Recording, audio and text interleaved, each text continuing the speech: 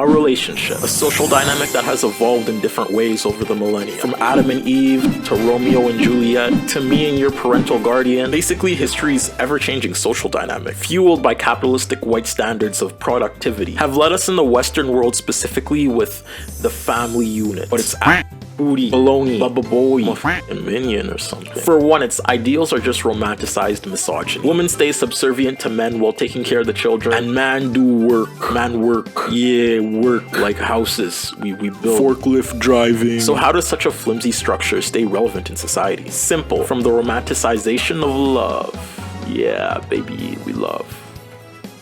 From adolescence, we're told, you're going to find the right one, and when you do, you'll be so happy. We see it in our movies, media, painting, sculptures, white women's walls, and even in our detergent branding, Mr. and Mrs. Scrub Daddy. But what is love, if not romanticization? Well, it's intricate. Love is more than just a mutual shared interest between two people. Although, admittedly, being in love is one of the most enthralling experiences. Without the right boundaries, understanding, and communicational means, love can devolve into toxicity.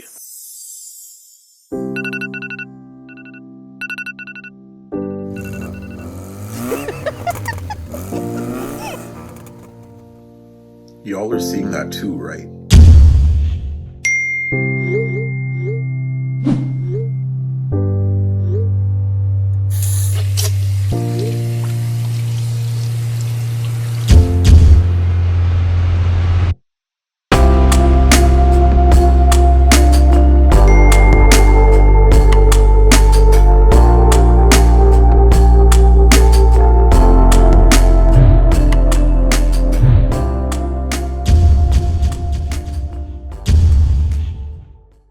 Me and SZA can relate. We're black, we're both bad bitches. We consistently lie to our fans about release times, and we simultaneously form our interpersonal relationships by traversing through the 8th dimensional hellscape, which in turn consistently allows us to form relationships with women that would much rather perform Bruno Mars at our eulogies rather than be our mental peace. Some call this plane of existence Tinder, and I agree. Where there is hell, there are probably no black women. Now how am I gonna be Obama? I specifically plan to mimic his presidential run with the slogan, make Tinder black again. 3 seconds in, and just like a college student weighing in their last assignments and gauging a pass or fail, I'm projecting. I broke up with my shawty. I broke up with my girl. Well, I've been in my feelings, conceptualizing where I went wrong, where our relationship went wrong, and why I didn't tell her that. If she was a worm, I'd fill my pillow up with soil, just so both of my dreams are forever interconnecting. God, that was perfect. Why am I always better at this while I'm single? The 3 months specifically have been horrible per se. If I was born YouTube Jesus, birthed when my father in heaven, Almighty God, Uncle Fick, gave me a shout out. Thank you, Uncle. The last 3 months have been my fasting temptation event. Similar to how Jesus was walking around in the desert because he was like, hey guys, I want to find enlightenment. And Jesus stuff that Jesus does. Well, that was me. Except my room was the desert, and the temptation at hand was trying to convince myself not to stalk her Twitter. I'm finally clean, so applaud me. 1 month, baby! Yeah. Applaud me. Give me high five. Applaud me. Applaud me. Kalas. Okay, come back now. I've been listening to a lot of quote-unquote toxic artists for a while now. I've been in 2 very toxic relationships. Yes, as of now, I'm 21, and I've only dated 2 people, but 2 out of 2 were goth psycho babes, so give me high five. I am the alt antagonist, yes sir. I get my girlfriends from Arkham Asylum. However, during my dark recession into the abyss of breakup guilt, one song that's brought me an overstimulating longing for the past, while also embedding a sense of moral confusion in me, was the song Broken Clocks by SZA. Now, SZA is by no means short of an artist. Her accolades speak for themselves. Award winner, top charting artist. I mean, when she went to the Grammys, she literally put vibranium in her broken leg off screen, then ran up the stairs because she didn't want to stall the show. This is a fact. I'm extra 987 in the deleted Kung Fu Panda vs. Killmonger Wakandan fist fight scene. I should know. Anyways, her art and work represents real-life perversions of toxic relationships. Relationships that just shouldn't be glorified. And even while I personally like to believe that in relationships I've operated on boyfriend, buddy, best friend mode. You know, best behavior mode, basically. I can relate to these frankly shitty experiences that SZA gushes about in her work. The irony being presented in SZA's work, specifically in the song Broken Clocks, is that SZA's infatuation with these men is also toxic. If these men are how you say they are, SZA, then why are you constantly condoning their toxic behavior under the gaze of love? The conundrum of a toxic relationship is intertwined with the sentimental notion that everything can be overlooked under the gaze of love, when in reality, love is more nuanced and intricate than just forgiveness and tolerance. She also acknowledges, in a Shakespearean way if I say so myself, the men she shows interest in are scummy, and it's been that way since she was 10. She acknowledges her ex-boyfriend is a stalker and acts out of revenge. To be completely honest, nothing being done here is being done out of love. More so, the actions and reactions of SZA and her partner bounce off of an internalized toxic attachment symbolized in her work as love, which in turn makes a toxic relationship. And when you really get down to it, the story of Broken Clocks is the story of a woman with no boundaries being taken advantage of and abused by an emotionally manipulative individual. It's SZA's fixation on these toxic men that make the song ironic. Is this love? Could we really call a story of emotional manipulation a love story? As someone that's been going in and out of toxic relationships my whole life, frankly, I can relate. But before we start delving into the intricacies and unpacking all that toxic energy towards our relationships, like Kamina, baby, you know the drill. Throughout this video, I'll be replicating the tried and true formula of acts, initiated in every generationally pivoting piece of art, from Shakespeare to the Bible to Twilight books, and now to Turb videos. But my opinions aren't whitewashed under the gaze of white supremacy, and I don't imprint on children. Am I talking about Jesus or Jacob?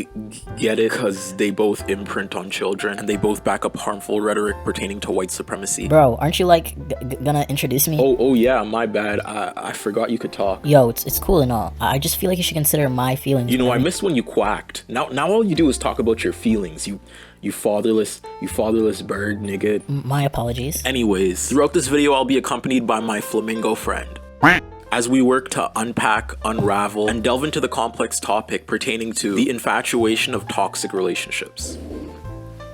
Turn the video on, Mingo!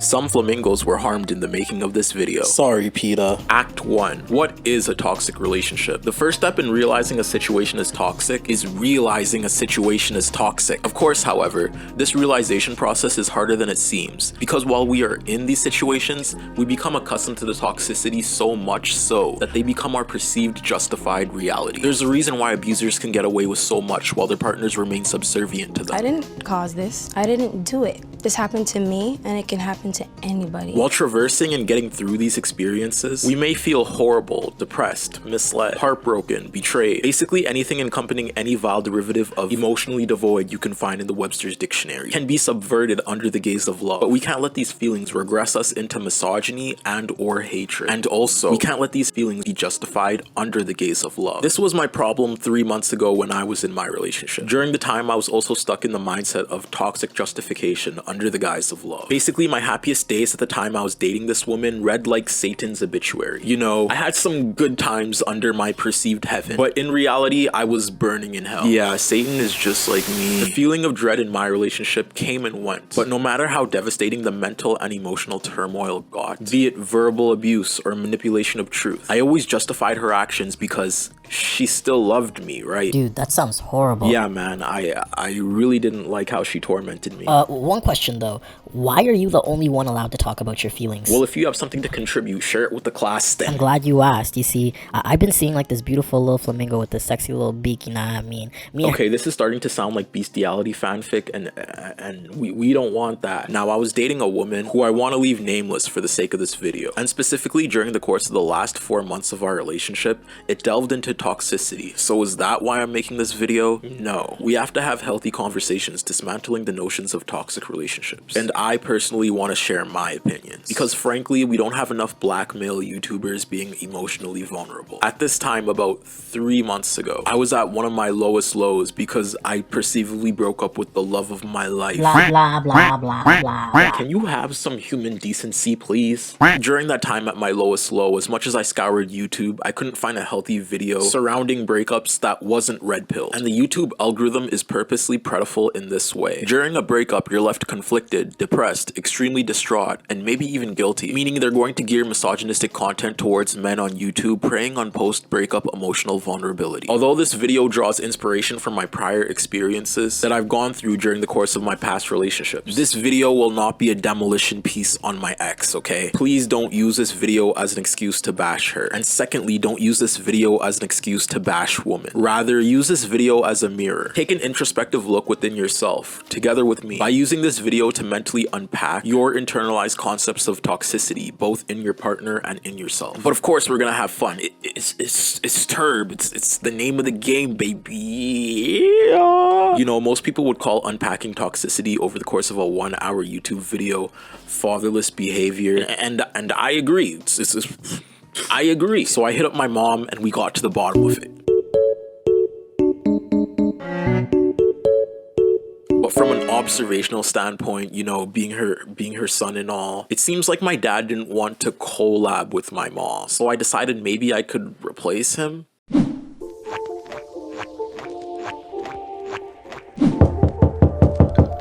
Hey dad. Turb, no. This is canon now. Turb, you're not doing this to me. You are my dad. This is canon. Go to therapy.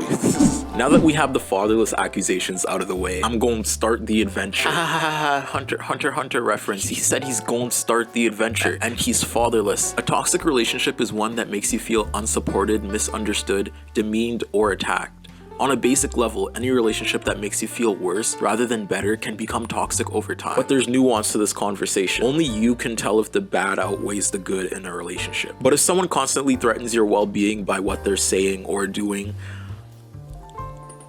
odds are you're in a toxic relationship. Probably. First of all, relationships that involve physical or verbal abuse are definitely toxic. Turb, how you hating from outside of the club? Dog, you're literally the embodiment of toxicity. You're hating from outside of the club. Didn't you beat almost every girl you've ever been with? You're hating from outside of the club. That one's for Rihanna. Oh nah, what's my name? Oh nah, what's my name? Oh nah, what's my name? Oh. This is sponsored by anti-domestic abuse. Don't do it, or I'll show up at your door with the glove. But there are other signs of a toxic relationship, including giving more than you're getting, which in turn makes you feel devalued and depleted, feeling constantly disrespected or that your needs aren't being met, feeling a toll on your self-esteem over time, feeling unsupported, misunderstood, demeaned, or attacked, feeling depressed, angry, or tired after speaking or being with the other person, walking on eggshells around this person to keep from becoming a target of their abuse, spending copious amounts of time and emotional strength trying to cheer them up, but most of all, being always to blame. In these toxic situations, abusers gaslight and manipulate situations to the point where everything is consistently and always your fault. I know this may not be the easiest conversation to have, but in order to be better for our next relationships and to realize when these situations are toxic, we have to have these conversations with open minds and without the use of misogyny. Act 2. Victim situational irony. Let's put ourselves in the victim's frames of mind here. They're in love, perceivably happy, overzealous that someone out there shares a connection that perceivably mirrors their own. You're using the word perceivably a lot, dog. Yeah, I am. Because this love isn't real. It's a one-sided internalization made through unrealistic thought processes of justification. You can't justify being degraded with flowers. You can't justify verbal abuse with I love yous. You can't justify deception and cheating with hugs. Yet they do, huh? Exactly. So how did you cope in your relationship? Well, Flamingo, I was in the mindset of happiness too. Perceivable happiness. Yes, perceivable happiness. Sharing that connection with someone was sometimes fun. I say this as I try to cope with relationship guilt causing unfathomable depression. This was me 3 months ago. Hey, Eggy. Hey cutie, what's up? Oh, nothing much. And although there were conflicts of interests in locations, meaning I was Canadian and she was American, we made it work somewhat. There'd be phone calls every day. Hey, where are you? I'm at a sick frat party doing sick frat party things with sick frat party people. Duh. We'd watch movies. Have you seen Candyman? Nah, but we could watch it. We would, how do I describe this? Meow. Meow. That's weird, dog. Okay, maybe the meowing was excessive. It was definitely TMI. But at least I didn't tell you about the phone biting sessions. You're weird as fuck, dog. Regardless though, there were glimmers of hope. And I fell in love with those small glimmers of hope. I thought sharing this connection with this woman who was perceivably my image of partner perfection was the best thing that could ever happen to me. And then we argued, and then we were good again. And then we argued, and then we were good again. And then we broke up. And then we got back together. And then we broke up again. Like any toxic relationship, the comforting atmosphere of peace and joy was constantly fleeting. I would even go as far as to say that this atmosphere covered up the underlying problems at hand. If you're familiar with the term trauma bonding, good for you. You're so smart. Wow. Have a cookie. This is yours. But if you don't know what it means, it's on the screen. Trauma bonding is the connection a person forms to a person who causes physical, emotional, and/or sexual harm in a relationship. These types of relationships usually develop subtly and slowly over time. This bond creates a toxic and highly dangerous situation that continues to get worse and becomes more and more difficult to break. This is the dynamic that started to take form in my interpersonal relationship. Whenever she said she loved me, I'd forget about the time she called me fatherless. Whenever she said she'd be there for me, I'd forget about the time she called me a raging sociopath with narcissistic tendencies. I mean, she loved me, right? Yeah, now that I say that out loud, I might be a little stupid for staying. Nevertheless, I formed a trauma bond through the constant cycle of degradation implaced on me. Basically, there's emotional intricacies pertaining to varying degrees of ups and downs in relationships, which in turn trick your mind into thinking these situations are tolerable. I'm only attesting to my own experience, but the manipulation in a fucked way gave me hope. When we'd have our conflicts, she'd be frigid cold by demeaning and berating me in arguments. And then when she'd see that I was pulling away, she'd get really warm and apologetic. This happened again and again and again and again. But every time she'd go warm, it gave me hope. Because as toxic as it was, I was honestly scared of losing her still and what we had. It was the mental and emotional equivalent of dangling 900 feet in the air from a piece of string. The helicopter is the relationship, and your toxic significant other is the pilot. Your mission is to get to the passenger seat because you want to be safe, and frankly, the position you're in is potentially imminent death. You don't want to fall down out of love and break into a million pieces. But even as you scream towards the helicopter in an attempt to have your significant other pull you up, they look down at you and let you know that you'll be up soon, but still you dangle while they control the metaphorical relationship. And as you dangle, you realize you'll never truly be able to reach the helicopter. You're stuck there if you want to be on this journey with them. You don't want to let go.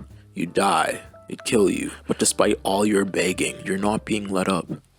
Okay, plane metaphor over. If they turned the Disney movie Planes into a rom-com, they should hire you, dog, cause what the fuck? In this way, a complacency with toxicity is established. Complacency in this manner depicts a toxic comfort zone where the abuser takes the victim for granted, in a sort of stagnation where one partner stops working for the relationship. This situation leads the victim, being affected by their partner's toxic complacency, into one of two heart-wrenching choices. One being leaving your perceived soulmate, and two being staying on this emotional helicopter. If you're in this situation right now, I do not care. Leave. Trust me. I do not care if I'm breaking up couples right now. Leave that him, her, they, like now, dog. But Turb, usually the partner being affected doesn't leave unless they have an exit. Yeah, I'm not trying to victim blame here. I just want you to know that this situation will never be better. In fact, it'll get worse the more you let an abuser get away with their actions. Pertaining to me, I'm proud to say after 8 months I did leave. Dude, that's long as fuck. Yeah, it took me a while though, so I'm not really proud of it. No trauma bonding for me anymore though, okay? Sorry, SZA. No trauma bonding! You tell enough jokes and you can cover the existential dread. We love water. However, no matter how free we think we are right after a breakup, mentally and emotionally, we're still there. Attachment, past memories, and lingering feelings of loneliness start to corrupt our mind spaces. For me, this was more than evident. I started sleeping more, not going on my jogs, listening to Nights by Frank Ocean. It's nights. You know I was going through it. And I fell into the Tartarus abyss of post-breakup relationship regret. Act 3. The Manosphere gives bad advice. The mind's journey describes relationship guilt as so. When your head says you need to break up a relationship, or you have broken up a relationship, but your heart is pulling you back and flooding you with guilt over it. And I'd say that summed up my experience to a T. I was thinking, where do I go now? Am I even enough for her? Did I even do enough for her? Maybe I didn't try as hard as I should have. I was starting to believe the degradation of character that was being inflicted on me. I want you to imagine your dream girl, someone smart, attractive, maybe extremely good at Roblox obbies. these. Now imagine being degraded by them over the course of half a year, with every single insult taking a mental and emotional toll on you. The same person who you perceived as perfect has now become your judge and adjudicator. And they hate you. You're garbage. You're intolerable. You're revolting. Fatherless. You're stupid as hell. There's nothing you can do in a million years to combat the utter, total, and complete disgrace that you are. But now that voice is gone, and all that's left is the silence of your own thoughts. And one simple question: where do you go next? Maybe you could go to Tinder and meet a new one for a night. Or maybe your friends are there to take you on a drive, pat you on the back, and remind you that you're worth it. Or maybe you could enact the most sickening revenge, encompassing murder, genocide, and war crimes of the likes never seen before! Flamingo, we're talking about a breakup. This isn't Roe v. Wade.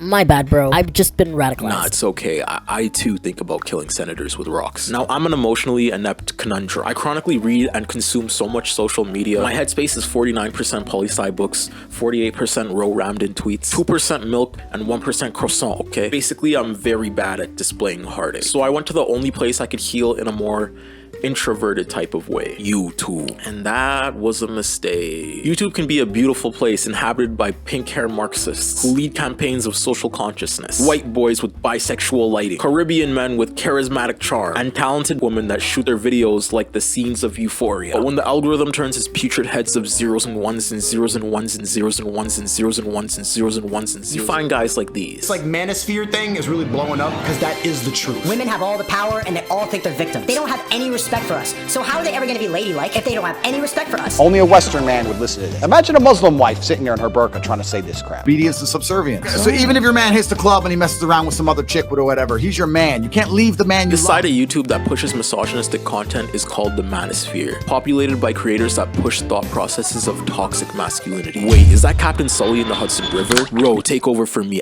I'll be back in like 30 seconds. Let's go, Mingo. He needs us.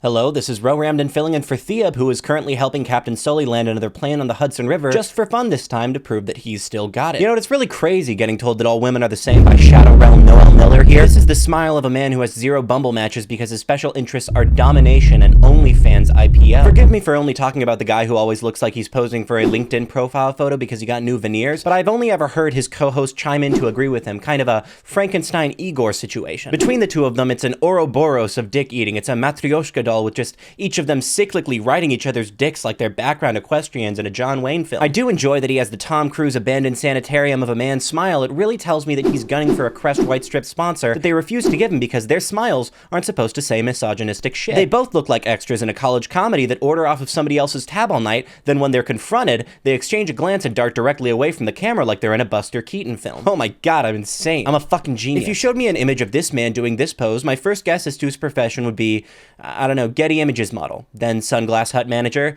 and then misogynistic podcast host, and then my fourth guest would also be misogynistic podcast host. Thank you so much. Once again, this is Ro Ramden filling in for Theab, who has been bit by a zombie but is trying to hide it from the rest of his encampment because they've almost reached the abandoned mall where his son is. Now I realize that as a man, I naturally have aspects of the patriarchy instilled in me that I have to work through on a day-to-day basis. To be frank, I do not want to feed you videos like the Fresh and Fit podcast or Young Dawn the Sauce God or even KSI at this point. Mustache King.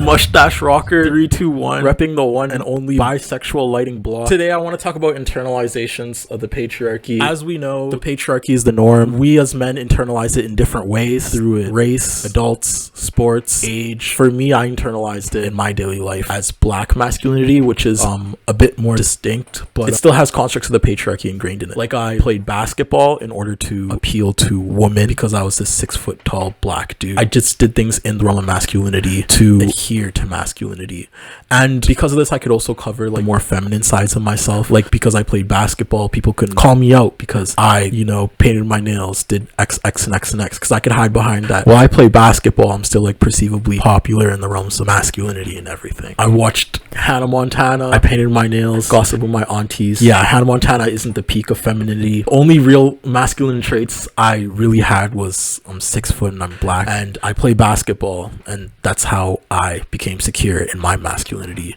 And I kind of had to break this idea of masculinity because whenever we talk about masculinity, I feel like inherently it becomes toxic. And by indulging in these things, even if there was kickback from peers, how do you internalize masculinity, and what struggle was this discernment for you? Yeah, so masculinity for me, I guess from a young age, growing up, my family was pretty close, and my masculine role model, so to speak, was my dad. I think an example of the type of masculinity that should be strived towards. He was a very loving and nurturing person, very open, always trying to communicate, but ultimately still a masculine figure in the sense of instilling the ideas of like responsibility and being a good father and being a good husband. And so from that early example, I know that did a lot to help me conceptualize what it means. But then as you get older, as you grow, you get into different social dynamics of being a young man, and then masculinity kind of changes. And so like early on, I think a huge part of the performance of masculinity is to do with like your peers and sexuality, like the conquest of hookups and being someone who is like good at quote unquote a desirable man, a desirable young man who can get the girls, right? Who can perform this act. And this act is ultimately not necessarily for the act itself, but for a broader sort of patriarchal notion of success and bravado and competition. And so I think the toxic elements of how I see myself as a man have come from those kinds of things. So like seeing women as conquest and seeing relationships as a means to an end of sex. And over time, I've been able to sort of break down what that means and how recognizing how that has affected relationships in my life, how that has like sort of overpowered the ability to maintain some friendships and maintain some relationships that I think would have been better served to not have that effect. And so ultimately, like I'm 24 right now. So being kind of having gone through all of that and coming to a place where I kind of now understand a little bit more about what it means to be a man in terms of like how I traditionally would have viewed it from just seeing the example of my dad of what it means to be a good man or a good person. Yeah, I think it's through a reclamation of like the aspects of where I would have been dismissive about like having a conversation with a woman that I'm seeing, as opposed to not doing that. Being able to approach these things in a manner that shows that everybody involved is human and is a part of a broader sense of what life is with relationships and people, like staying connected in a way that's not just this one thing. That's the thing I've been thinking about, the elements of masculinity that I want to reclaim while shedding the more harmful elements, I guess. And that's like the center focus of this video, dating. I wanted to delve into the toxic aspects of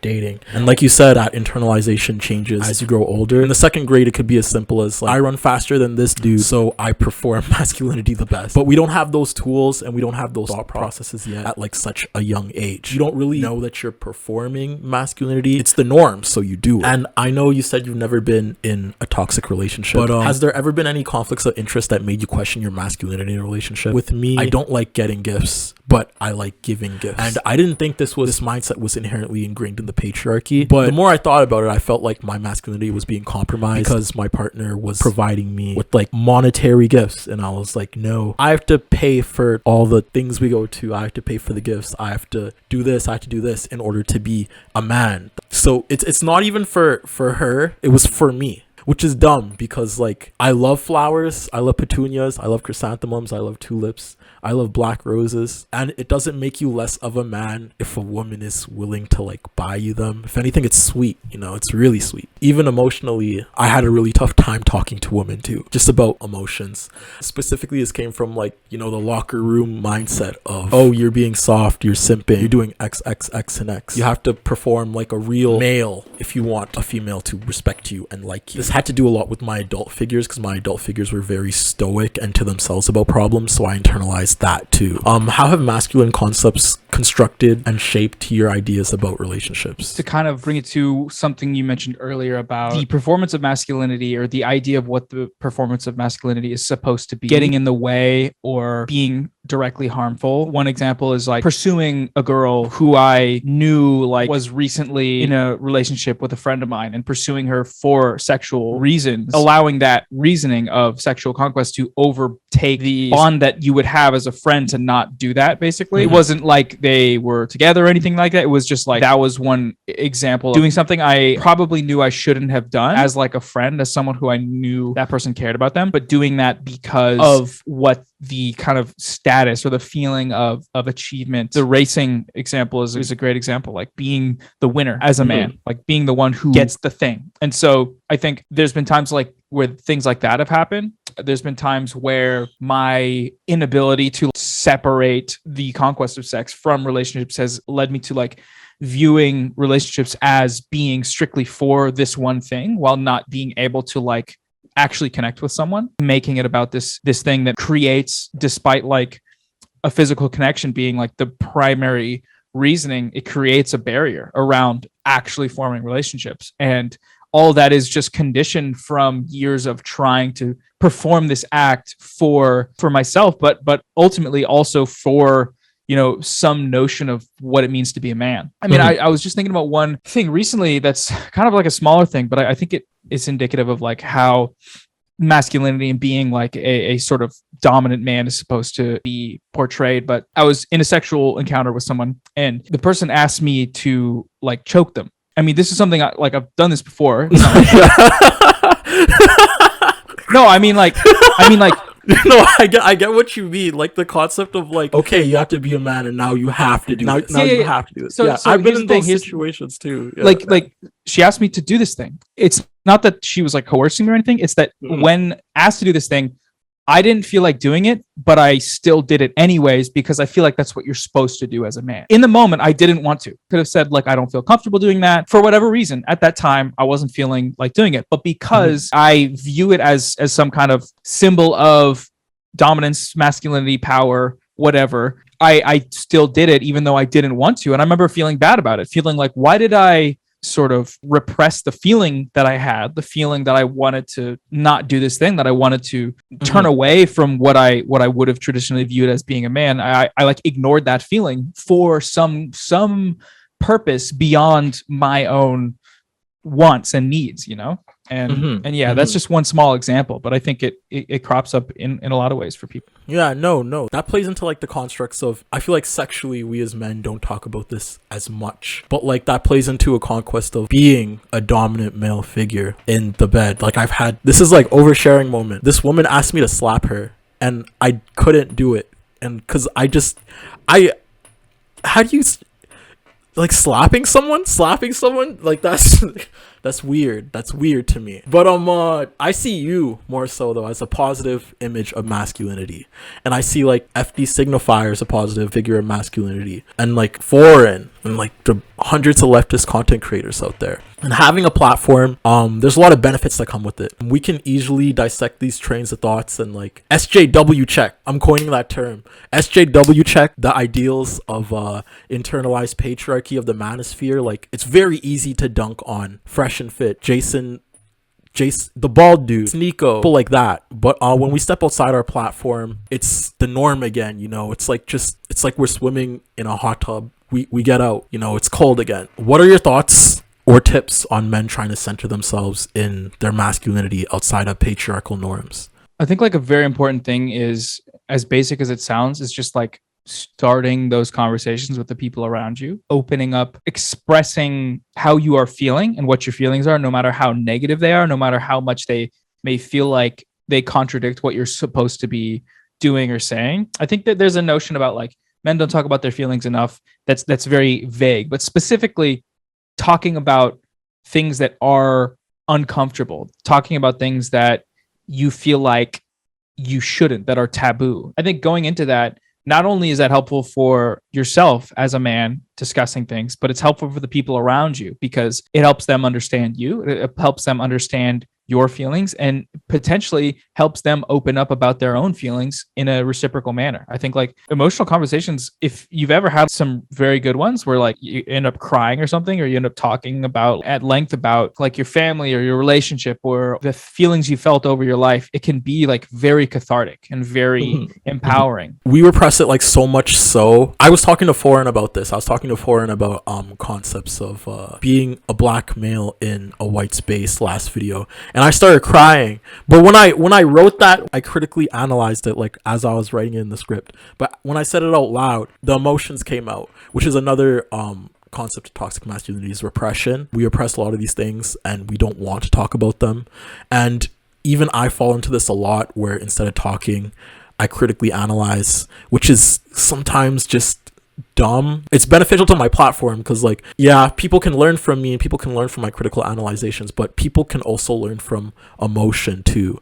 And Foreign told me that, and Foreign told me like, when you cry, on camera, when you display emotion on camera, that's also combating aspects of toxic masculinity. Because when you cry on camera and when you display these emotions on camera, when you have these conversations on camera, other people are more willing to have those conversations too.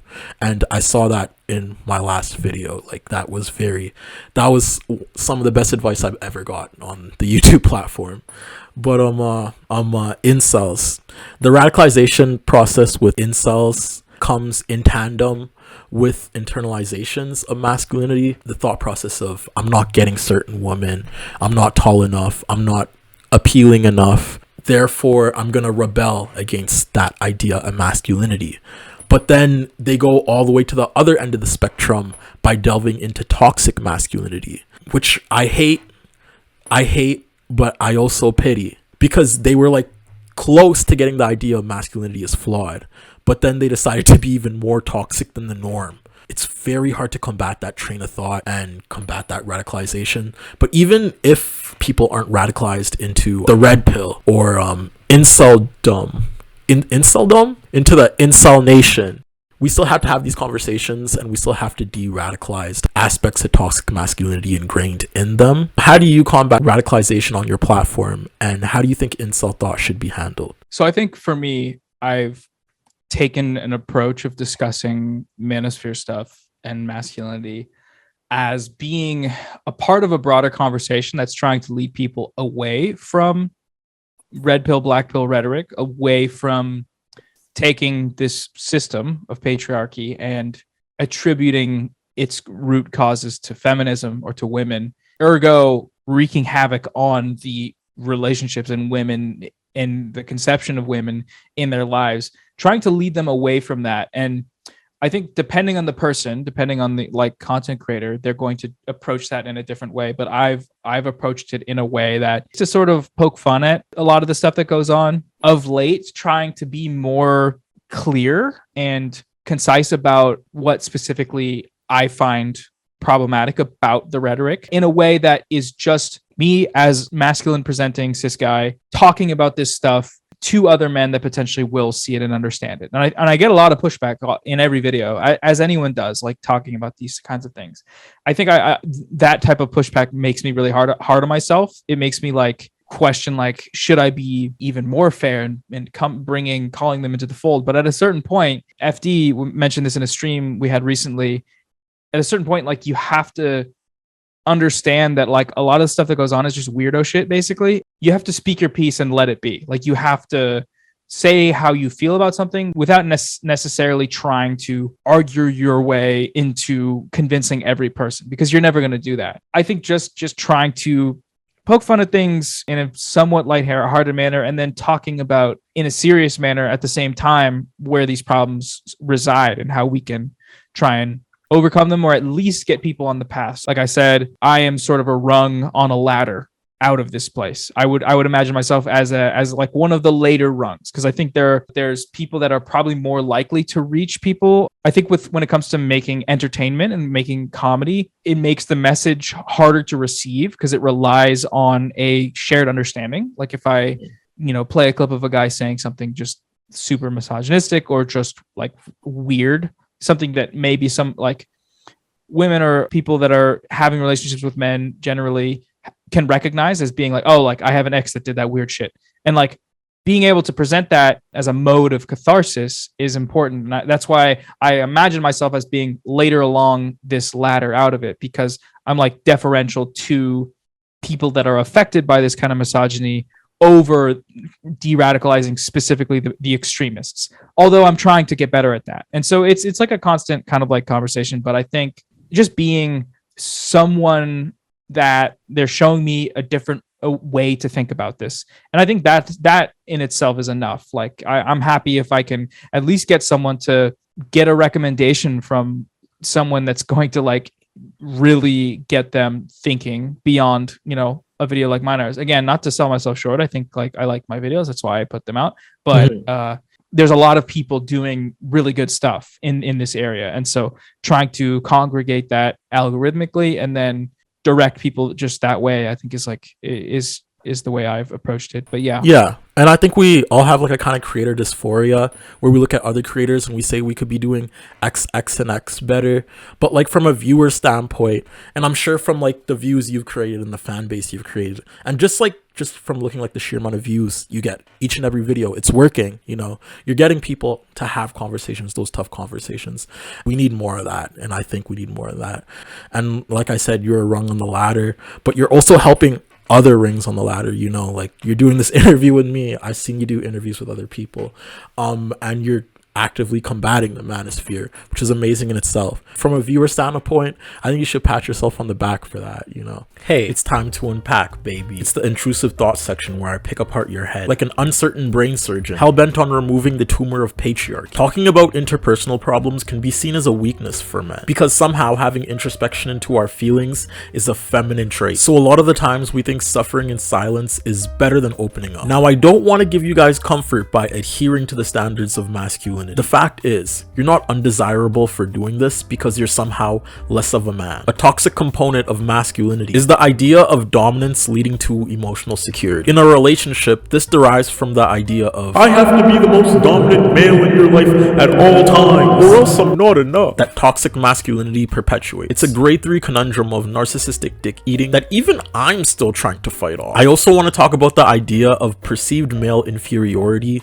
leading to insecurity. Kinda stupid, to be honest, because you think Bob the Builder felt insecure when his wife picked up the hammer and started to do work. No, he uplifted her like a true king. Yeah, Bob the Builder, the epitome of positive masculinity. In men, these insecurities in relationships often come in conjunction with demasculinization. I know this is pretty self-explanatory, but we have to have this conversation because internalization runs deep, meaning this is a problem that all men have to varying degrees. But listen to me for a second.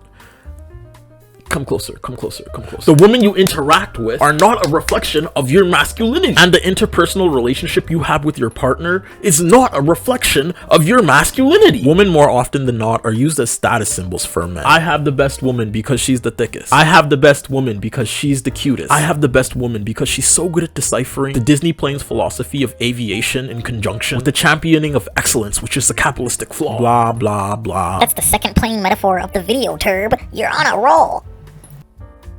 Who are you? Where's Mingo? You have to understand that the trophying of women 9 times out of 10 in a social setting isn't a compliment. Now, there's a difference between complimenting and objectifying. I get that. Telling your partner she's beautiful and she's thick as hell every day is awesome. We love that. That's amazing. Why do you moo? None of these fucking animals are fucking normal. But trophying a woman's worth as a physical conquest is a no-no. In fact, you could end up feeding into your partner's insecurity when she sees women that are perceivably more desirable than her. Because let's be honest, there's always going to be someone that's perceivably more desirable in tandem with one's own insecurities. Basically, this means a girl with a bigger cup size, different colored eyes, maybe lighter skin, is a better woman to your partner than herself. But Turb, isn't that just her insecurities? That doesn't have to do with who the fuck let the incels in. Before I was rudely interrupted, I was gonna say, although perceivably to you, your partner may be the image of partner perfection, she isn't her image of partner perfection. When you only champion her physical traits, body dysmorphia is just inevitable. This also isn't something that you should just blame on women. Adhering to the male gaze is something socially conditioned onto women, be it through makeup, clothing, etc. These mechanisms of feminine security is based on objectification men impose on women, so I'm more inclined to sympathize with her than you. Secondly, you already won by dating her. You don't have to constantly insert yourself as the most dominant male in her life just to feed some self-perceived ego of masculinity. Your partner is not your property. This ain't Monopoly. You don't collect 200 when you pass go, and you don't collect figurative pieces of her to win the relationship game. It took the flamingo like 3 videos to talk. Give him time. I bet he'll do something eventually. Anyways, your partner is her own being, entirely capable of making her own decisions. Bizarre concept, I know. But this means, hey, for this you're gonna have to come close. You're gonna have to come close. You're gonna have to come close. The reason why she's with you is because you are you. Fucking with that by engaging in internal battles of supremacy with the other men in her life is only going to put her off. Not because you're weak and not because you're less of a man, but because no one likes to be put on a leash and told who to interact with like a miniature poodle. Furthermore, why do you feel the need to compete with the men in her life? Like I said, she's her own human being. You should trust her. And if you can't trust her to love you in a monogamous relationship, then why are you with her? Even Curious George understood this. He stuck beside that yellow man no matter how undrippy he was. The yellow man was literally stanced like a minion. I mean, they weren't dating, but like you get the metaphor. You're competent enough already, and you've already proved that by dating her. If she's being respectful of your boundaries, there's literally no reason to undermine the people she surrounds herself with. Maybe try talking to her friends. After all, they actually might be cool. Give them a chance at least. I don't know. I'm not a guru. Just a video essayist.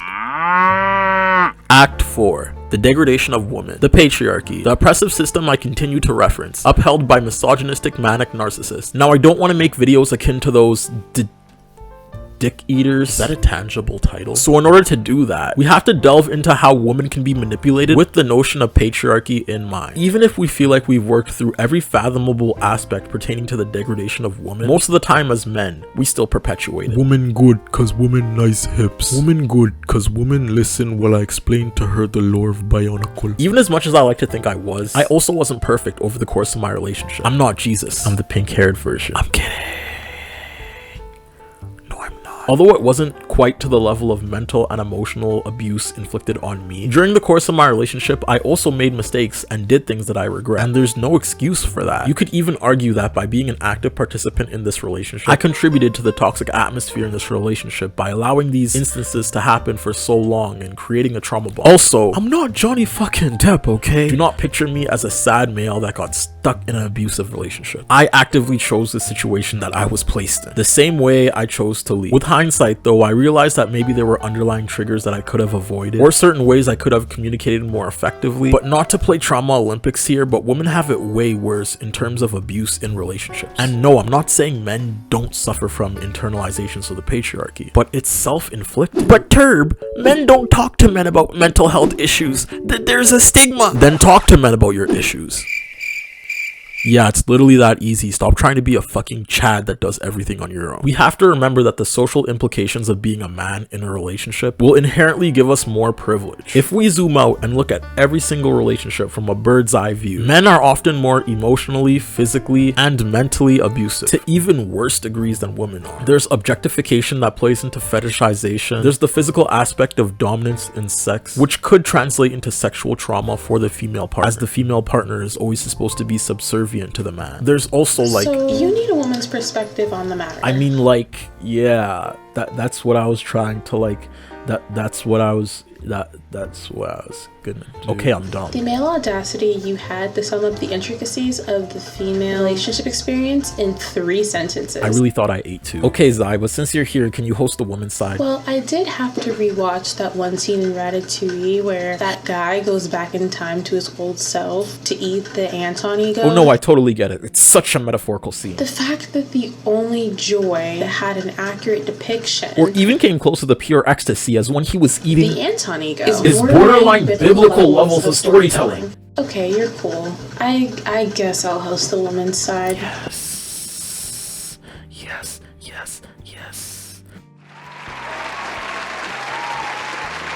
So today I'm here with Zarya. And we're going to be going over and talking about the concepts of toxic relationships. Specifically, I wanted to go into more of the ties that bring relationships together and how they can become toxic. Like, say, spiritual attachments. Some people are, like, really religious, and they're like, well, my first time was with this person, so I'm going to stay with this person. Some people are, like, very financially with their partner, like people that move out with each other, and then they have that financial hold on them. It could be, like, an emotional hold where it's like, oh, I just really like love this person and they're being constantly manipulated.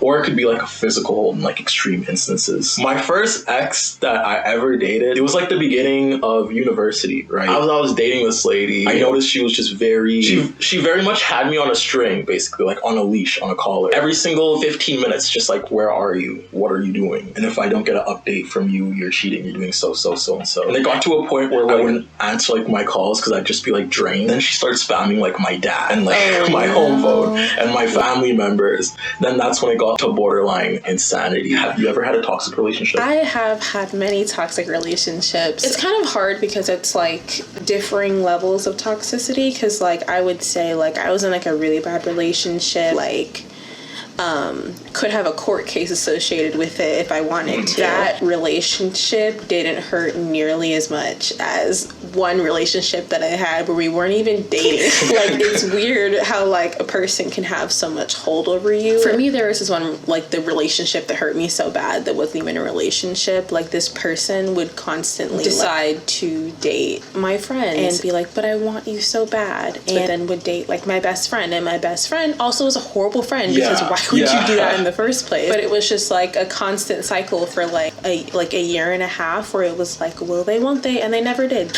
And I finally decided like I was like over it. But then the one ex that I had that was like peak toxicity, he was just very draining. I'm not going to be like extremely clingy. Like, I'm not just gonna say like you need to be around me at all times, because I can't deal with that. Like, can you at least give me an update? Just be like, hey, I'm gonna be busy, so you know. It sounds like bare minimum. It sounds like the standards are like the floor. Like, he's limboing in hell, but like yeah, I know, like the bar is set so low, but for some reason it's too high. So this guy that I was with, like, either love bombed me or like nothing at all. And when we like eventually went to college, and it was like about a 5-hour drive between us, he would do this thing where he would say like, oh, I'm in love with you, like I want to marry you, I want you to have my children, like blah blah blah, and then would like not talk to me for 2 months. What's going on here? And then he'd be like, oh, sorry, I lost my phone. This sounds like so like 2000s, but I'm like, you could have emailed me. You could have done something. Like, you could have done something to just tell me like you're not dead, and I would have understood. But it was just so like back and forth. When you're like boiling crabs or whatever, and you put a crab like in a cold pot and then you slowly heat it up, you're not going to notice that you're like on fire until like it's too late and you're dead. Luckily, we're not dating anymore. I said ex for a reason. It was like to the point to where it was like we would break up and get back together. It got to the point to where I wouldn't even tell my friends things, because I was like, I know I'm gonna get back together with him and then they're gonna clown me for this, so I better just not say anything at all, which is like embarrassing. Like, you should never have to like hide a relationship when you know it's bad. I feel like that's a trauma response to protect like an abusive partner, because I did that a lot too for my first ex. Like, my first ex would she would like follow me home, and then I would tell my friends would be like, oh, that's messed up, and I'd like get outraged. So I knew it was wrong. Like, when she did things that were wrong, I knew they were wrong. I went to my friends for consolement, which is like the healthy thing to do. But then afterwards, like I said, the emotional aspect of it, where I'm just like, okay, but I still want to talk to her. And then like I get this post breakup regret, basically, where it's like, okay, maybe it could have worked if I did X and X and X, and then I would go back to her. Specifically with the emotional bond too. Like, I don't really find a lot of people that I connect with on that level. Well, I didn't even connect with her on that level. More so, it was like my perceived image of partner, and then I put that on her. Falling into that fantasy can be draining. What's your experience with that? It's weird, because in your head you have two different relationships, like the reality versus like what your brain concocted of like what the relationship is. You almost have like an idealized version of like what this person is going to be. I'm better about it now, but like before, I was like this hopeless romantic, like they can do no wrong, like rose-colored glasses, like I can't see any red flags until like obviously like it's too late. It's weird because in a way you look back after it, it's like, oh, I could have done something different, but in reality, like a person who's like an abuser or a person who's like narcissistic, they're not it would have ended up the same way. And if anything, like you would have been stuck in that situation for longer than like what you were. It sucks. You kind of feel like you lost something that wasn't even there in the first place. You almost like want to like hit yourself, because you're like, why would I do that? Like, I'm so stupid. But it's like, no, like you have to understand, like you were in a different headspace, you're out of it now. A person can have so much hold over you, and it could be like, for instance, my ex was a white man. My ancestors right now are like screaming, crying, throwing up like over this. Like, they are rolling in their graves. I hope from learning from that situation I won't get into it again. That's like the only positive I could see from it, you know? Yeah. From this situation, more so, the only positive I could see out of it, basically I learned boundaries. Like, I learned with my next relationship, I have to do X, X, X, and X. Like you said, there's levels of toxicity, and people like manipulate very, very differently. My first ex was more so very like in my face about it, and my second ex was very she used her words. Like, a lot of the time when I step back, I'm like, I'm only catering to like what she wants right now. Like, there's no breathing room for like my issues to be resolved. We would have these arguments, and then I would take like 30-minute breaks. That would be like a deal breaker. That'd be like, no, you can't have those 30-minute breaks like after an argument. I knew that I could take those 30-minute breaks, and those 30-minute breaks were healthy. After like constant degradation and constant conversation, I just like kind of gave in. I had to hit a breaking point before I like kind of broke up with her. But like it taught me a lot about my own personal boundaries and like what I need in a relationship. What have your experience taught you about boundaries, if I were to ask? I've learned, like, for instance, if I'm with just friends as well, like, if they go to, like, a trip, you know, I have their location, just be like, hey, if something happens to you, I know where your last, you know, location was. That's something that's a positive thing. But, like, whenever you're in a relationship where it's, like, no trust, you're, like, immediately stalking them, like, where are you, where are you? And similar to the other way as well. It's just bad. So I learned locations are, like, just a big no. You shouldn't be around a person that you're dating all the time, because that also can create so many issues that wouldn't have been created if you weren't around them so much. It sounds kind of weird when you say it like that, because people are obviously married, you know, people live together that are dating, but it's you have to have separate interests, separate hobbies, something to do that doesn't engulf your life with like your partner. Because when you become reliant, it turns into just severe codependency. And when that gets taken away from you, whether that's, you know, from you just breaking up because of whatever reason, suddenly you lose your identity, like your sense of self almost, because you base so much of your life around this one person. Like, it's good to have somebody to go to the movies with, but you should also be able to go to the movies by yourself and not have to go with that person. You know? Actually took me a long time to realize too, that movie thing. I always thought the movies were more so like a two-person experience, but when I started going to movies by myself, I was like, yeah, this is pretty cool too. Yeah, no. Sounds kind of sad. It sounds sad when you say it out loud, but like, I love going to the movies by myself. But also it's fun to go with people. I go to dinners by myself. I go on trips by myself. I love being by myself. You know, it's nice having such a strong sense of self is like also top tier boundary. Like, you should not be depending on a person for anything. You shouldn't have to base your entire life around one person without being like selfish and like rude, because there's also like a line there as well. Like, you can't just be like, well, I'm having a me day, but that me day turns into you ignoring somebody for 2 months that you're dating. Like, that's also just like another boundary. You should have time to yourself, but also have the ability and the capacity to like care for and like actually truly love your partner. Okay, now for the tougher question of basically fetishization. Me, I live in Edmonton, Alberta, which is like the minority population is very small. So basically a lot of my experiences have been with white women growing up. I haven't dated any white woman, but like I've had a lot of fetishization experiences with white women, specifically because I was a basketball player and I was tall and skinny. I might be racist against white women. I'm cutting that out. No, you're doing so it's good. built I up to was the like, point yeah, where it's just like I don't know how it's like in the US with like white people, since there's more of a black population, and I guess there's more of like a intersectionality there. I get like those microaggressions from like the parents specifically, like, you know, those memes where it's like dad has a shotgun when the black guy walks in. I've been stared down multiple times when I walk into white households. Sexually, this is kind of TMI. There's that whole BBC like domination trope, and like I've never met a white woman that didn't have that. It gets gross to a point. So in your experience, how was it as like a black woman, a fetishization experience? Yeah, so I live in Jacksonville, Florida, which is, people call it South Georgia because it is very close. And Georgia, as you know, is southern, very southern. A lot of just classic Confederate racism rampant. It's the people who have like the Confederate flag tattoos, like Confederate flag tattoos. Yeah, okay, we don't have that here.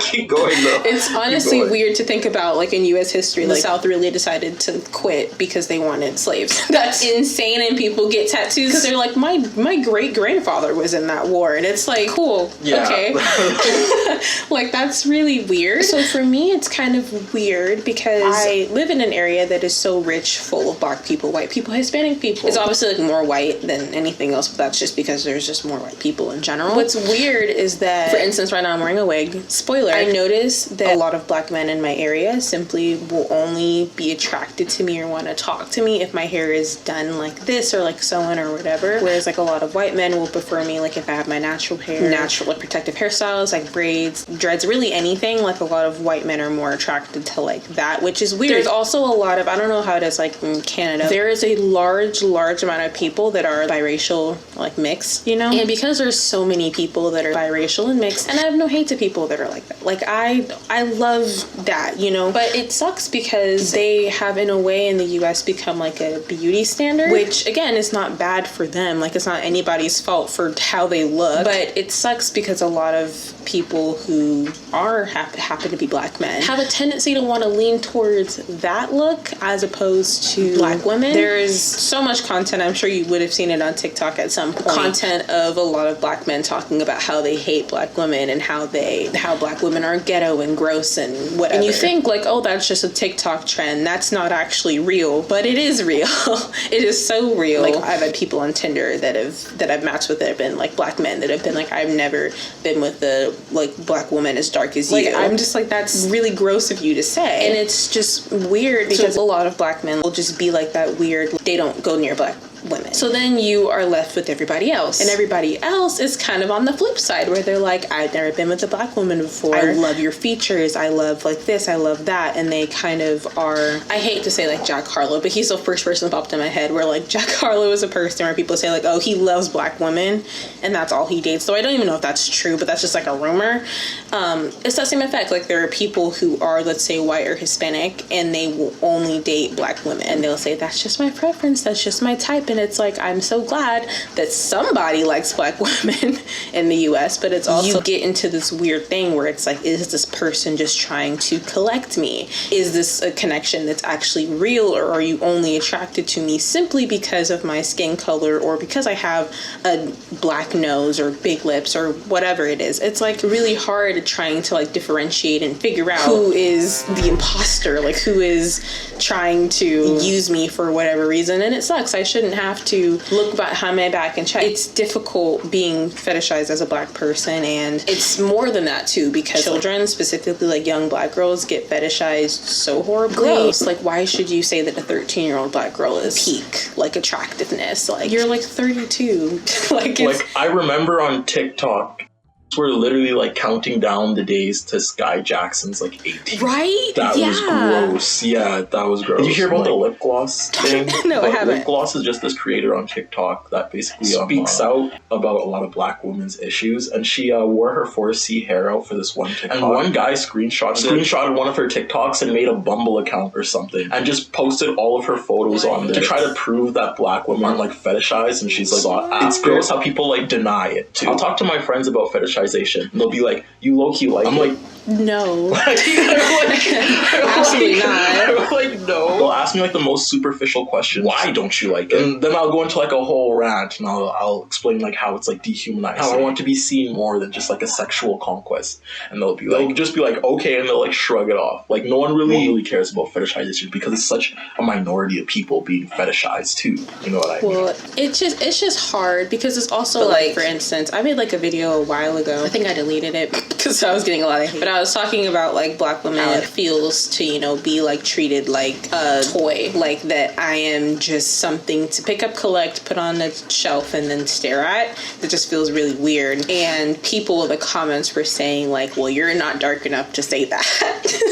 And I'm like, I always say I'm 50% Nick, 50% girl. Like, I am all black. Like, it sucks because obviously I know that there are people that are darker than me that have it a lot worse than me, but there are people that are also lighter than me that have it so horribly. Like my cousin, she's like half white, half black. I was looking through her Tinder messages and I was like, I would throw up from like the stuff that she would get. And I think the stuff that I get is bad. So it's like different levels for different types of black women, and it's really, really gross. And I feel like I don't want to have to try to date somebody and have to worry if this person actually likes me for me. Like, the average person should never have to deal with that, you know, like feeling where it's like this person only wants to be with me because they have this idealized version of what a black person is like, and they want to see that in me, and I'm not. I'm very like to myself, I wear glasses 90% of the time. Like, I'm a shy gal. People see that and they're like, oh, well, you're not a real black person too. And it's like, well, I am, because I'm black.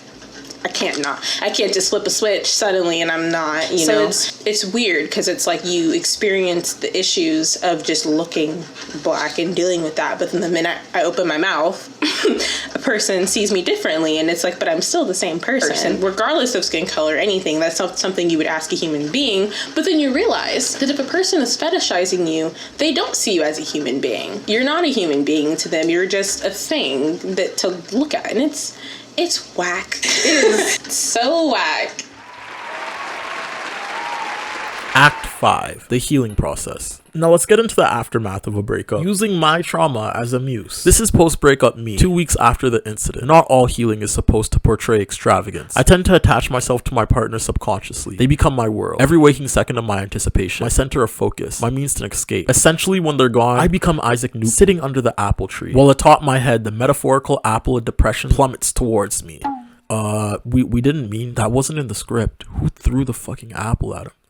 After a relationship, pulling yourself out of the depressive state, being post-breakup regret is hard. Everyone's coping mechanisms are different. Some people play League, and some people have a life. One thing that's worked for me is practicing opposite action. Opposite action is a dialectical behavior therapy skill that involves choosing to do exactly the opposite of what your emotions tell you to do. When you think about it, we all have emotions that can cause us to make choices we'd rather not make. Now, I'm not telling you to practice this religiously, because that's how we get people like Kylie Jenner. This post is sponsored by white supremacy. White women profit off of black exploitation too. Post-breakup depression can make it hard to be active. You might notice yourself even being more reclusive. You might start to see people less because every second that drifts by just centers you further and further away from her. Turb, this is starting to sound like a projection. I'm glad you talk now. I'm glad you chime in now. I'm just trying to preserve your mental sanity, dog. Don't hate the messenger. In this way, however, a breakup activates us to recluse and avoid contact. Therefore, let's practice opposite action. Get active.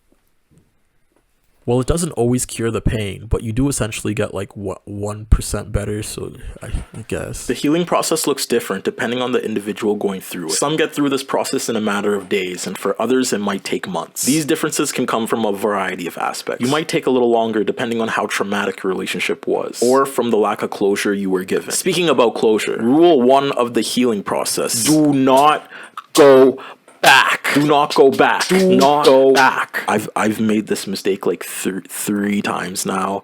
3 times per week. Calculate that times 3.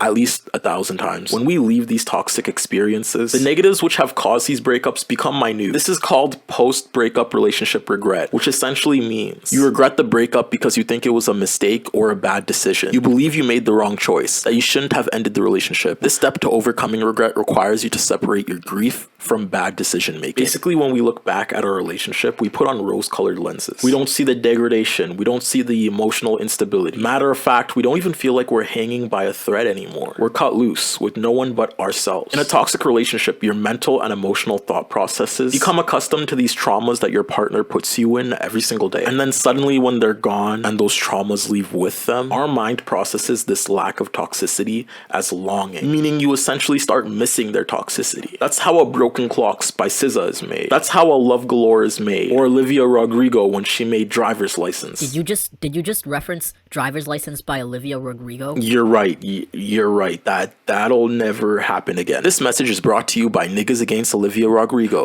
I don't know why. She actually makes decent music. Niggas are just against her for now. This longing may lead you to go back and scroll through her photos. Listen to their voice messages on repeat. Read past conversations. Checking their Twitter. Now, I don't mean to brag, but month 4, baby, no checking. They pick Kalas. Give me a Kalas. Yes, I know. I am God's strongest soldier. Fucking half naked. Listen, I know they were the high point and maybe even the perceived epitome of your love life, but it's only because you gave them that power. It's important to remember, especially for people like me who hardly form these interpersonal relationship bonds. A lot of them aren't going to be the best case scenario. There's a reason that you guys broke up, but also there's a reason that they dated you. What they saw in you throughout the relationship hasn't ever left. You're special, you're phenomenal, and frankly, you're good looking as hell.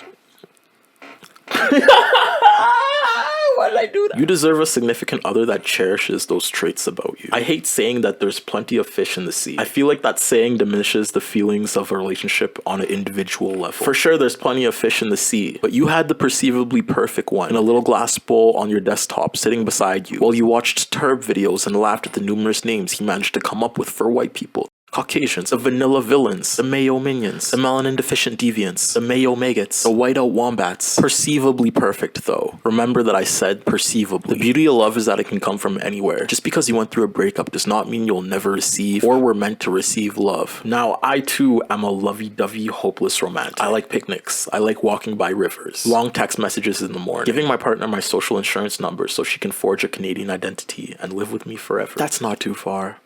It's love, baby. But even on an individualistic level, think about the billions of people in the world. Think about maybe the hundreds of millions of people in your country. In fact, think about the millions of people in your city. You realistically don't think you could form a healthy attachment with a couple thousand of them? And that's low. A couple thousand is low. The idea that love is a predestined fate, pushed by toxic ideologies like twin flames and soulmates, is one that keeps us ignorant to the possibility of other experiences. I won't lie, my last relationship was probably my best experience with love, but it's only because my first ex was an obsessive stalker. The point is, if I stayed in that relationship with my first ex, I wouldn't know of any other experience, and I probably would be dead right now. No, really, she was actually throwing shit at me this one argument. Damn, Turb. Personally, I wouldn't handle that level of disrespect. You want me to throw hands with a 5-foot woman? I'm just saying, personally, I wouldn't handle that level of disrespect. Now, not to take away from the trauma of physically abusive situations, but in my case, it's kind of funny to look at because she was like 5 foot tall and I'm 6'5", so it's like, who's the David and who's the Goliath? But standing on her audacity, she was like 6'9". Tray away, physical abusive situations can happen despite gender or stature. It's very much worse for women and significant others smaller than their partner, but it can happen to anyone. But Turb, how do you take all that pain and just heal? Well, I'm glad you asked. Come on, that was fun. During the healing process, you should be focused on one thing and one thing only. Oh, what did the scroll say? There is no secret ingredient. It's just you. This also includes the most negative aspects of yourself, though. Breakups can really spiral you into a less than optimal direction. It goes without saying to keep away from toxic coping mechanisms after a breakup or any traumatic moment that occurs. One thing I have a partial issue with is drug abuse. And to the people that care about me and my fans, I'm okay. I promise I keep it under control. But as a person, I have to stay true to my struggles, so I'm gonna be a little bit vulnerable. Getting high to me is a quick and convenient escape. The weeks after and before I made that Eminem video, I was very much in the most depressing stages of a variety of factors, including the breakup. Therefore, every moment I'd get a cart or go to my friends, get stupid high, and drift through the day as a shell of myself because I didn't want to think of anything else at the time. This is because, and I don't want to fantasize this experience because it's a very dark mindset to be in. Over the past years, I've also started to realize this is also a very toxic interpersonal connection I have with drugs. But being high to me is like existing between time and space. A whole day would fly by while I did nothing but sit in my room and watch rom-coms on that television. By the next day, I'd feel regret for my lack of productivity, self-inflicted hatred from my lack of keeping physically fit, emotional outbursts from my lack of mental stability, and on top of this, I'd be contemplating sending a message to her because my life was perceivably at the happiest when I was with her, right? I'm only depressed because I'm not with her, right? Wrong. I was so wrong, and I'm happy I fought myself out of that. Having downward periods like I did is okay. In fact, it's normal. However, these downward periods become pit holes of despair when mixed with drug abuse. I repeat, because I have to stress this, getting through trauma with drugs and alcohol will deepen the crevice that you're trying to hop across. You'll be insatiably sad for longer periods of time. You'll have less energy to get up. And by the end of the day, you'll lose so much of your life to these toxic coping mechanisms. Although marijuana and liquor are viable ways to pass the time, when you're going through something more than a luxury, they become a crutch. So please keep that in mind. Now to the positive coping mechanisms. Biking, going outside, seeing friends, crying once in a while. It's okay, we all do it. Hiking, flirting to fill the void, gardening, then crying again. It's okay. We're still here for you. There are a myriad of positive coping mechanisms that you can partake in. I would recommend looking into coping mechanisms that could lead to internal growth, whether that be creatively, physically, etc. Like fitness, art, editing, gardening. Why am I pushing the gardening agenda so hard? I don't know. I like flowers. But crying is still a positive coping mechanism. Yeah, I've watched her do it like a million times. It's sad at this point. Why did I leave her? Why did I leave her? Why did I leave her? That boy cries like a damn opera singer, I swear to God. Act 6. Healthy relationships. The definition of a healthy relationship is a partnership that requires commitment and sacrifice, devoid of the patriarchy. It's about sharing a life together, which can be challenging at times. In a good relationship, you're willing to sacrifice some of your more unrealistic expectations, over-the-top demands, and bad habits from your single season. For me, a healthy relationship means love. That's not real.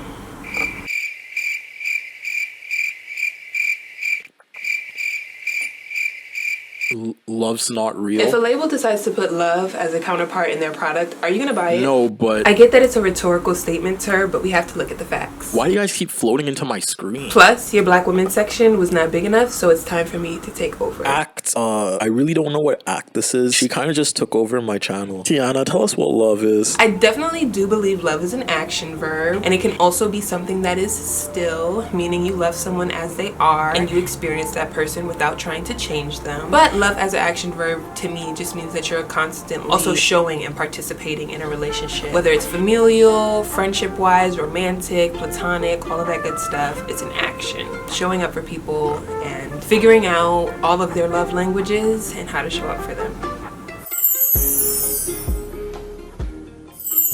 In this section, I'm going to be talking about boundaries. Boundaries are something that you set and that you don't set for other people. So basically, boundaries are within your control. It isn't you saying what people can and won't do for you, but it's you saying how you will respond to an extent. So it is about what spaces do you allow yourself in that are within your control, and how are you going to respond to issues that could be provoking. So I'll say one of my boundaries is making sure that I don't overextend my energy when I haven't seen someone put forth an equal amount of energy. I don't extend myself if I haven't seen tangible ways that that person is willing to extend for me. And this can apply for romantic relationships, familiar relationships. I will always set my terms and capacity for a situation. And if someone does not respect that, that is not a relationship that I'm going to pursue. I make sure that there are tangible examples that someone shows me that they are putting in effort and that they recognize the capacity that I've stated to them. And if they respect that, then I pursue that relationship equally and to the fullest extent that I can. But if they do not show that, then I know that this is a situation where I want to keep my boundaries up, stay true to the boundaries that I set, and not allow myself to pursue a relationship with somebody, and this could be romantic or family wise, if they have not shown me mutual effort. I hope that's good. If it's not good, tell me to do it again. Okay.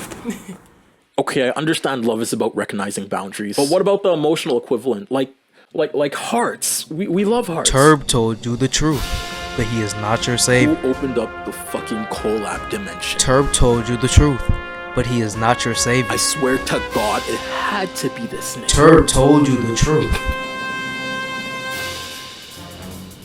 but he is not your savior. Act 900, not 9 million, kabillion. Lonnie and Love. What is my definition of love? Is it emotional security? The feeling of safety, confidence, and purity as I reach my emotional maturity? The questions of love are so wide and range. The intricacies of love are so peculiar and strange. Don't come at me for this question, I have no disdain. But you have to ask yourself, are you ready for that change? My experience with love has been one of confusion and hysteria, like Afro-surrealism or being black in America. My experience with love was rooted in my growth and my own journey. So I'll end it off with the conclusion to my story. As I grow in age, I've come to the conclusion that love is like a volcano, and hear me out on my delusion. Love can explode like the ballads on We Cry Together. Love can cool down like sitting in a cold pool in Georgia weather. Love can expand, it can grow, it can shrink, but it doesn't need to be complicated. Love's not as hard as you think. Communication is key. Learning boundaries is the goal. Making mistakes and learning from them needs to be within your soul. Love can be so distraught, so distressed, so deranged, but like a volcano, there's beauty in at the end of the day. What's my definition of love? Cause it's not my emotional security. It's growing with your partner until you both reach your emotional maturity. So love is about setting boundaries and growing with your partner emotionally. Like a plant. Exactly. Like a plant. Who let you in? You have yet to reflect on your past wrongs. Yeah, because I did very little wrong. You did very little wrong? Really? I think... Really? I think that's my final answer, sir. No matter how little wrong you think you have perceivably inflicted, if you don't unpack those shortcomings, you're just going to repeat the same thing in your next relationship.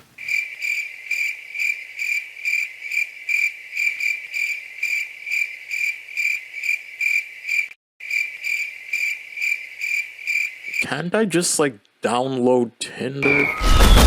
No way you just airstriked my phone. You just airstriked my phone out my hand. Obama? The universe is telling you to sort it out. Wait. Sort it out! Wait, please. Sort it out! I don't want to do this, please.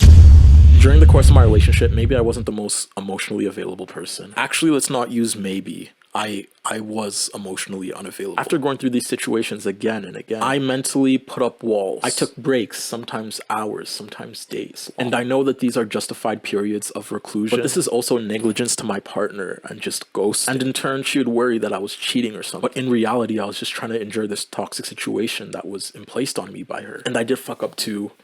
I royally fucked up. Although it wasn't as often or as numerous as my abuser. Although it wasn't as often or as severe as my abuser. The worst instance of this was after our breakup. My frustration was literally at an all-time. But I wanted to smooth things over, so I messaged her again and received another slew of degrading messages. In response, I literally called her a psychopath, dependent on her dad, and inadequate. I was not a complete angel, and I'm sure I did plenty of harm that I blatantly just don't know about. So that's me, the emotionally inept, love-drunk, pink-hair enigma you tune in to watch bi-weekly. I'm always heavily edited on my script and very clear with my intentions, so it could be jarring to hear that even someone like me delves into the patriarchy. But this is why we have to have these conversations. This video isn't a narcissistic piece centered towards cementing myself as an omnipotent Cupid figure. This video is more so meant to shine a light on the experiences of toxicity. I just want you guys to see that even I'm still trying to figure out all the intricacies of love and affection, just like how you guys are. And to do that, we have to do the work. I mean, I know I haven't figured out what my idea of a perfect relationship is yet. However, I do know what toxic situations are like. And I also know what positive experiences are like. And that relationships aren't the center focus of my life. I have my family. I have my friends. Hell,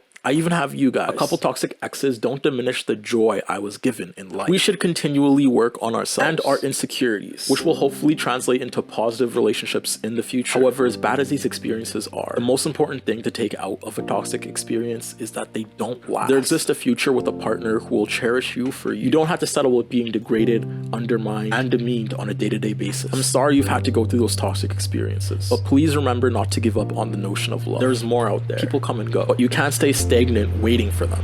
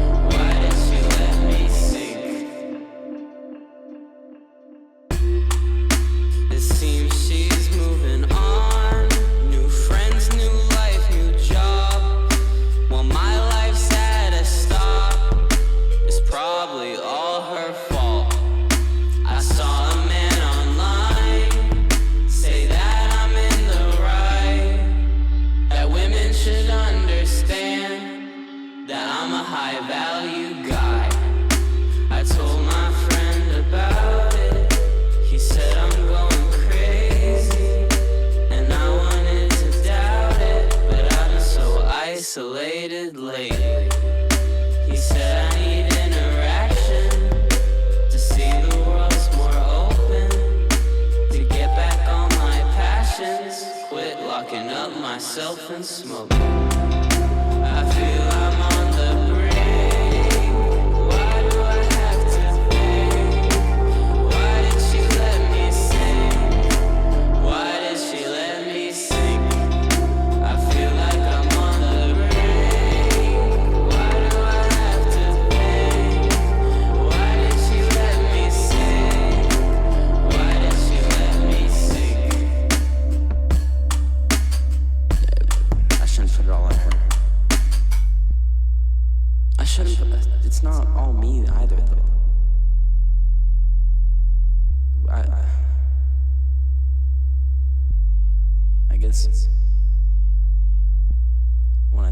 is it's more complicated than I originally thought.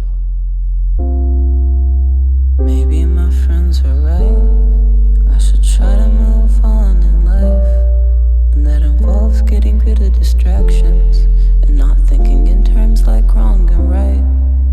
'Cause I could have been better, and she could have been better. We could have been better. But it's time for me to let her go. Let her go so I don't feel so wrong. Let her go so I can think for my health. I've been blaming her, but she has been gone. So she's not sinking me, I've been sinking myself. My recovery is on me. Why am I still waiting for apologies like something is gonna happen if she even comes back? This is not the time for wishing, this is time for growth and action. The only way out is to think. My past seeming more distinct. It's not her job to come back. It's mine to not let me sink. The only way out is to think. My past seeming more distinct. It's not her job to come back. It's mine to not let me sink. Last act, empathy. This is the sympathization part. Hey. Time to get into it. Like I said at the start of this video, I hope you used me as a mirror for introspective thought. And now the table flips. It flips to you. What grievances, guilt, or shortcomings still haunt you that are derived from your past relationships? Also understand that this experience doesn't have to be as blatant as a significant other following you home after arguments. That's just extreme. That's just, there's levels. Toxicity is a spectrum. I just managed to date a couple significant others that play jump rope with the spectrum. A very common corrosive thought is the feeling of regret. Usually it's a feeling of, why did I do so much? This ideology is harmful because it could lead to radicalization pertaining to the categorization of women or men. I want to tell you, do not be ashamed of what you did out of love. Let me repeat that. Don't. Some Bryson Tiller. Okay, for real. These are insecurities I face too. I used to beat myself for hours at night just staring at the roof, wondering why I gave them the light of day. But ultimately, all you're doing is feeding into insecurity and hatred. As corny as this sounds, you shouldn't expect an ideal reciprocation when you do something out of love. Most of the time, what you do out of the goodness of your heart was valid. Unless you're like murdering children for love. That would be outrageous. But I'm inclined to believe that you don't kill children or anything of that matter, hopefully. So what you did out of love was amazing. And I'm proud you decided to be that vulnerable and open with another person. Give yourself a pat on the back. You shouldn't be scared of love, and you shouldn't be scared to experience love. It's a beautiful thing that you shouldn't scrutinize yourself for looking for. It's perfectly human to want to find love eventually. When you feed into the idea of, why did I do so much for this person? You're devaluing yourself just as much as your partner did throughout your toxic experiences. Basically repeating the same cycle of degradation by internalizing it and placing it on yourself. You did what you did out of love, and you're no fool for that. They didn't, but eventually someone will, and see that you're worth it. You are worth it. You are worth it! You pretty cool, sexy Of course, I'm not talking about cases where manipulators make you do things for them, though. Don't victim blame yourself, but you can hate your abuser for that. That's a perfectly valid reason to detest someone, but don't devalue your own actions just because your partner has. Giving and receiving is a part of love, and I didn't understand that too at all. My first relationship was based on literally, what could I do for her? Story time! I remember one time I went to the River Valley for her, which is like this walkway in Edmonton that cuts through the forest, and ends up like right beside a river. That's why it's called the River Valley. And I went off the trail to pick out yellow flowers for her because they were like her favorite color, and I couldn't find any yellow flowers on the main trail. I went to the store, got a card, taped it on the card, bought a bunch of her favorite candy, bought a box, stuffed all the candy in the box, then wrote a 2-page poem for her in the letter, and then stuck it in the box. And then when I gave it to her, she told me I wasn't putting in enough effort for her because I didn't fall asleep on the phone for her for the last couple nights. Wholesome story. Wrong person. Now, this was my first relationship, guys. I didn't have the knowledge of manipulation that I do now. So instead of telling her, sorry, this won't work, I thought, hey, my girlfriend isn't happy. It must be my fault. I have to try harder. Then I sent her whole family flowers and still got accused of doing too little. After this, I literally Ubered to her house on secret spy mode. Her parents didn't know. Sorry if you're her dad and you're watching this, but I took care of her while she was sick, and I was still told to try harder. What's worse is she continually told me that her ex loved her more than I ever did. Now I could look back and laugh at myself. Matter of fact, we could look back at that experience and laugh at ourselves because now we're detached from it. But what we were doing out of love was completely valid. Our time and effort was just placed on the wrong person. But also, in retrospect, my romanticization of love made me blind to all the toxic experiences of the relationship. And this really wasn't my partner's fault. It was my naivety in thinking basing all my needs, wants, expectation, and future on them was an adequate and healthy train of thought. For anyone that's as hopelessly romantic as I am, yes, we can validate our actions based on love and be proud of ourselves for being emotionally vulnerable enough to do what we do. But we also have to realize that this conception of love may be flawed. So don't lose hope. Love. I love love, but in the right way. Yeah, that's the message of this video. We should love, but only in the right way. Devoid of the patriarchy and wholesome. Don't listen to me. I only took 1 month to write this video and come up with this cohesive idea and get all these collabs. Like, I love my job. Vent about your past relationships in the comments. Let's have healthy conversations. I'm curious to hear your thoughts on toxic relationships. Also, you can support me on my Patreon. My Patreon is there. Shout out to all my Patreon members. Money is so much in the world, and you give it to me. And I love that. Support the amazing creators who decided to help me by following Thank you, Kempt, for literally writing a song for this video. Zyra for hosting the Black Woman section. Say Bunny for being the female voice of my ex. Ro Ramden for the Fresh and Fit podcast review. Noah Samson for having a talk about the Manosphere and interpersonal problems with the patriarchy with me. Fab Socialism for covering boundaries. Think Peace Tribe for the poem and for covering intricate emotions in a relationship. Victory the Creator for being my guru. And FD Signifier as my dad. LMAO, that's canon now. I bet you don't want that to be canon, FD, but that's canon now. See y'all and peace. Oh my God. The message of this video is I have to re-download Tinder.